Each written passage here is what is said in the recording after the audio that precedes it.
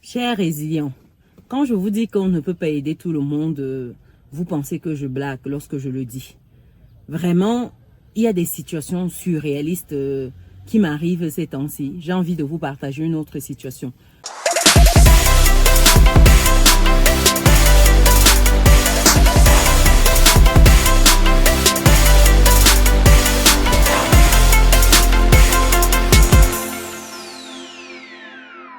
C'est le cas d'une résiliente qui vit en Afrique et qui souhaite immigrer en Occident. Elle souhaite aller en France. Vous savez, j'accompagne des personnes qui souhaitent rentrer s'installer au pays, tout comme les personnes qui souhaitent aller en Occident, en France en particulier. Et pour ce faire, il y a le livre « Vivre et réussir en France » qui prépare justement à cette immigration-là. Comment vous vous intégrez lorsque vous êtes sur le territoire et que ça fait déjà un certain moment, ça vous permet de passer à une autre dimension dans vos finances. Vous apprend à gérer vos finances, à savoir où investir, comment multiplier, etc. Donc le livre, je vais mettre le lien dans le descriptif de la vidéo pour les personnes qui n'ont pas encore le livre. Et il y a également la chaîne YouTube Vivre et réussir en France qui donne des stratégies liées à l'immigration. Donc j'accompagne dans les deux sens parce que je pense que ceux qui souhaitent partir, quand c'est quelque chose qui brûle en vous, quel que soit ce qu'on va vous dire, vous allez seulement partir. Donc, quitte à partir, autant le faire dans les bonnes conditions. Et pour ceux qui veulent rentrer, il faut également les accompagner parce que le retour n'est pas aussi simple que ça. Il faut préparer ce retour-là. Donc, c'est dans ce cadre que je m'inscris dans ces différents accompagnements. Et qui suis-je déjà avant que je ne vous raconte cette histoire? Je suis Chimène Nana, je suis maman entrepreneur, j'accompagne des personnes qui souhaitent investir, des personnes qui souhaitent rentrer. Si vous souhaitez aujourd'hui investir dans l'immobilier en Occident, en France, contactez-moi. Que ce soit sur les marchés financiers, dans un business, lancez votre structure. Que ce soit en Afrique, lancez quelque chose, contactez-moi également. Donc après cette parenthèse, je vais rentrer dans le vif du sujet. Donc la résiliente me fait signe, elle souhaite que je l'accompagne dans les démarches pour immigrer en France. Il n'y a pas de souci. Jusque-là, tout va bien. Donc, on a des points. Premier point, deuxième point. Et puis, je lui explique déjà comment le système, le fonctionnement, comment ça va se passer, la démarche d'immigration qui est la plus adaptée pour elle. Donc, elle avait déjà commencé à travailler. Pour vous expliquer rapidement sa situation. Donc, elle avait déjà commencé à travailler. Elle a fini il y a 1 an. Elle a fini sa licence il y a 1 an et puis c'était compliqué de poursuivre. Et là, elle a commencé une activité. Donc, ça fait moins d'1 an qu'elle est dans cette activité. Et aujourd'hui, elle souhaitera en fait reprendre les études pour un master. Et elle souhaite le faire en Occident. Je dis, il n'y a pas de souci. Donc, on se prépare, on prépare le dossier en fait pour une immigration en tant qu'étudiante. Donc, jusque-là, tout va bien. Donc, je lui explique comment ça se passe, les éléments. Bref, elle a pris un accompagnement dans ce sens-là. Nous sommes dans les démarches parce que c'est la période actuelle pour ceux qui souhaitent intégrer pour la rentrée de septembre. Là, c'est maintenant en fait que les dossiers se constituent.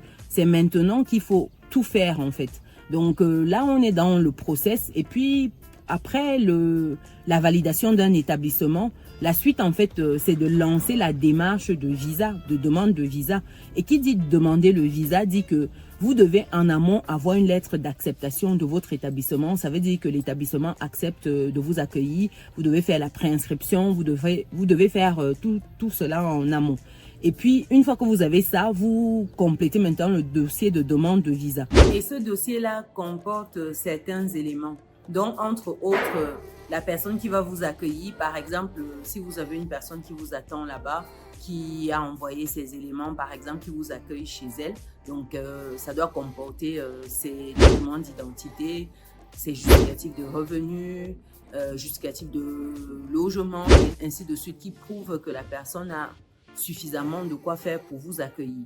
Et à défaut de ça, si vous n'allez pas chez un proche, c'est de justifier de où vous allez vivre, justifier des revenus qui vous serviront une fois sur place. Donc, il y a un certain nombre d'éléments à mettre dans votre demande de visa à côté des éléments qui vous seront fournis par l'établissement.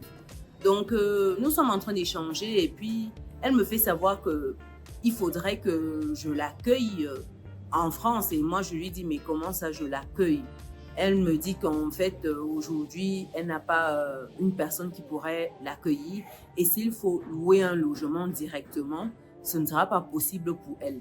Est-ce que ce n'est pas possible pour moi que je fasse en fait toute cette démarche-là pour elle? Je lui ai dit que mais c'est pas possible en fait, je ne peux pas l'accueillir.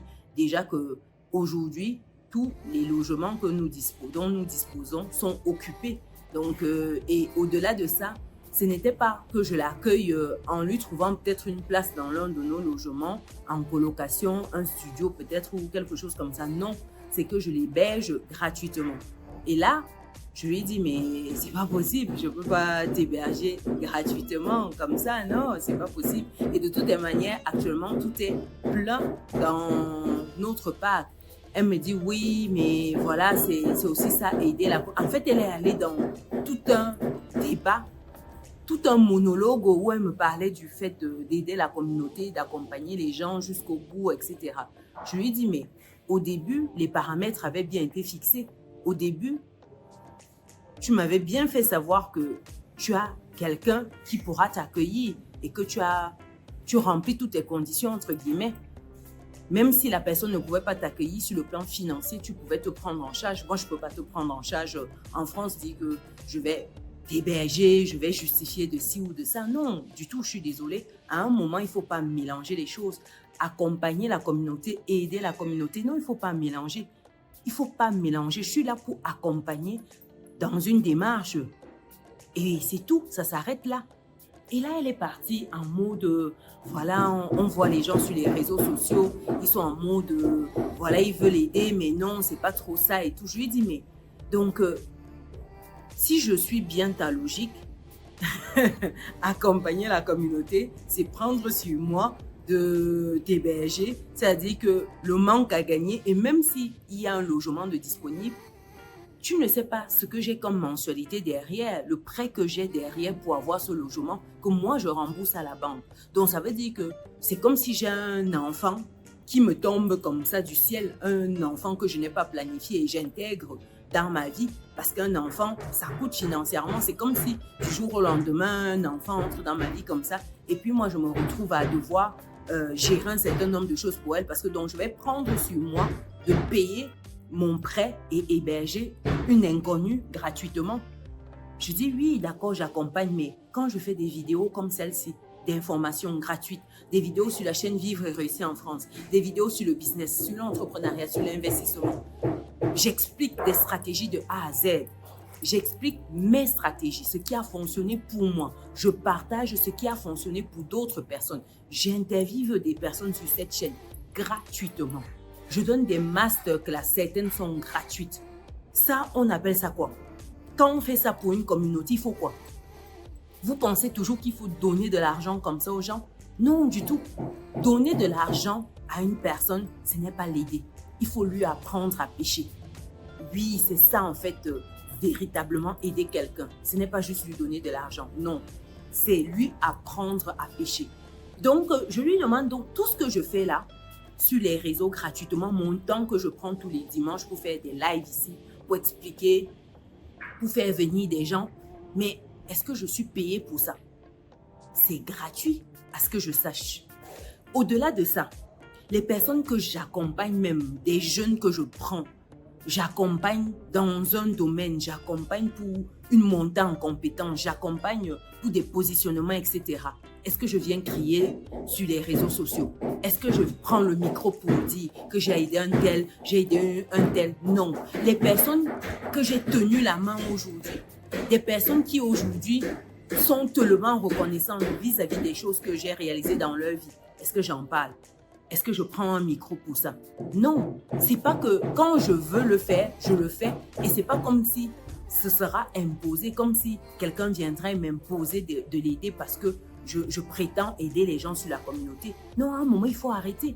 Ça veut dire que j'ai l'impression que les gens mélangent tout. Non.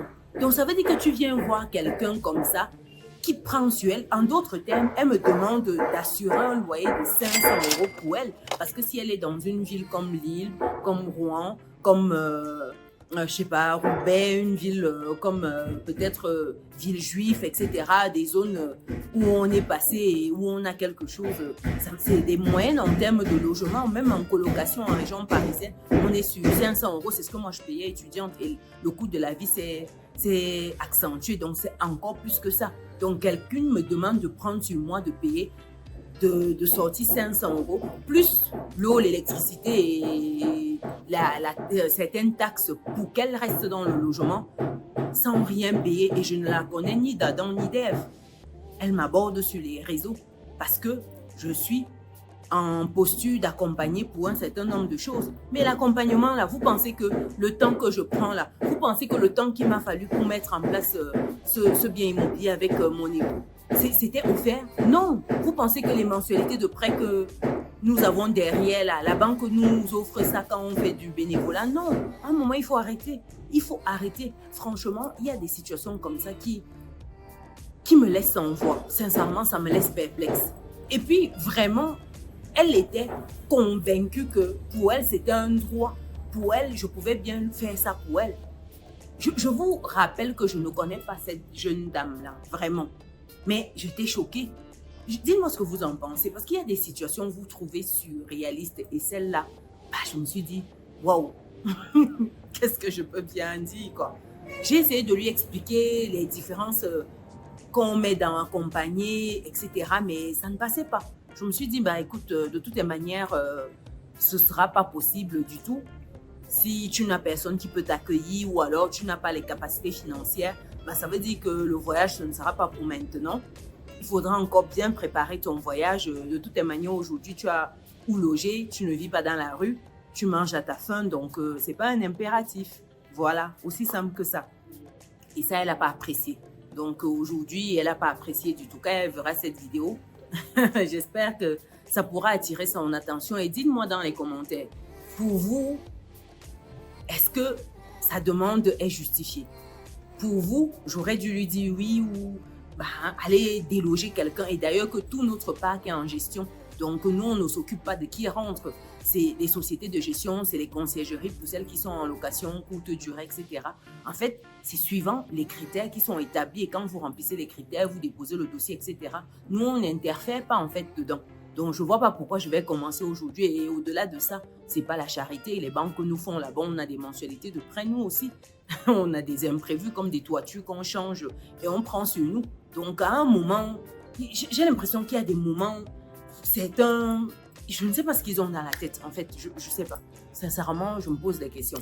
Quoi qu'il en soit, chers résilients, dites-moi ce que vous pensez de cette affaire. Moi, je me suis dit, waouh, il faut que je fasse une vidéo parce que de plus en plus, certains interprètent mal ce que nous faisons ici. Sur ces réseaux sociaux, on partage un certain nombre de choses. Mais ça ne veut pas dire que, voilà, on va éradiquer la misère du monde. Déjà que des personnes comme Jésus, Mohamed et tout ce beau monde n'ont pas réussi. Qui sommes-nous pour prétendre le contraire? Non, du tout. À un moment, il faut arrêter, quoi. Enfin. En tout cas, voilà pour cette expérience. Dites-moi ce que vous en pensez. Actuellement, je suis dans un des logements qui proposait en location meublée. Donc, pour des personnes qui sont de passage au Cameroun, dans la ville de Bafoussam, vous avez la possibilité, comme je dis très souvent dans les vidéos, de bloquer un moment dans nos logements pour votre séjour. Contactez-nous via les différents numéros qui s'affichent là et puis ce sera avec plaisir que nous verrouillerons un logement pour vous dans cette période-ci. Et pour ceux qui ne sont pas encore dans notre belle communauté, les amis, cliquez sur les boutons, activez la cloche, partagez autour de vous. Nous, on se donne rendez-vous dans une prochaine vidéo. Allez, ciao!